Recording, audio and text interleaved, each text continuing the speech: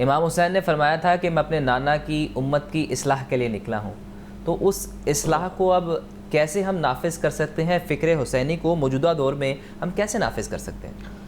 فکر حسینی کو موجودہ دور میں بالکل نافذ کرنا اپنی ذات پر آسان ہے۔ مشکلات تو ساری رسالت مآب صلی اللہ علیہ وسلم اور ان کے نواسے جھیل گئے ہیں، ہمارے لیے تو آسانی ہی رہ گئی ہے۔ ہمارے لیے کربلا میں جانا نہیں ہے، ہمارے سامنے ظلم کا اس طرح مقابلہ کرنا نہیں ہے۔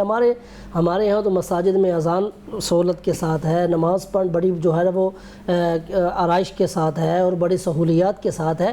تو فی زمانہ اگر ہم اپنی اصلاح کرنے کی کوشش نہیں کریں گے تو یقیناً ہم کبھی بھی فکر حسین کے ساتھ وابستہ نہیں ہوں گے۔ اگر ہم اپنی اصلاح کرنے کی کوشش کریں تو یقیناً امام حسین رضی اللہ تعالیٰ عنہ کی فکر یہ تھی نا کہ آپ کا سر مبارک تو تن سے جدا تھا لیکن تلاوت قرآن پھر بھی نہیں چھوٹی۔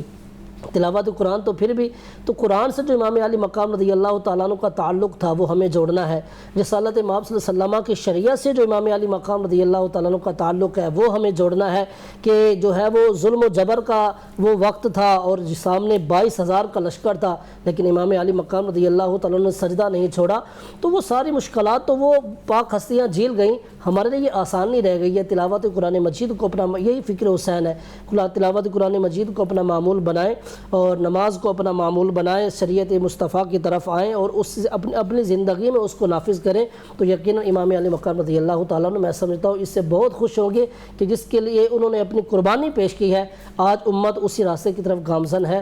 تو امام علی مقام رضی اللہ تعالیٰ عنہ کی روح کو خوش کرنے کا سب سے بڑا ذریعہ یہی ہے کہ آج ہم ان کے بتائے ہوئے راستے پر چل پڑیں اور اپنی اصلاح کرنے کی کوشش کریں۔ اللہ تبارک و تعالیٰ یقیناً ہمیں خیر عطا فرمائے گا اور ہماری زندگی بھی دنیا بھی سنور جائے گی، اللہ پاک آخرت میں بھی ہمارے ان پاک ہستیوں کا رفاقت نصیب فرمائے گے۔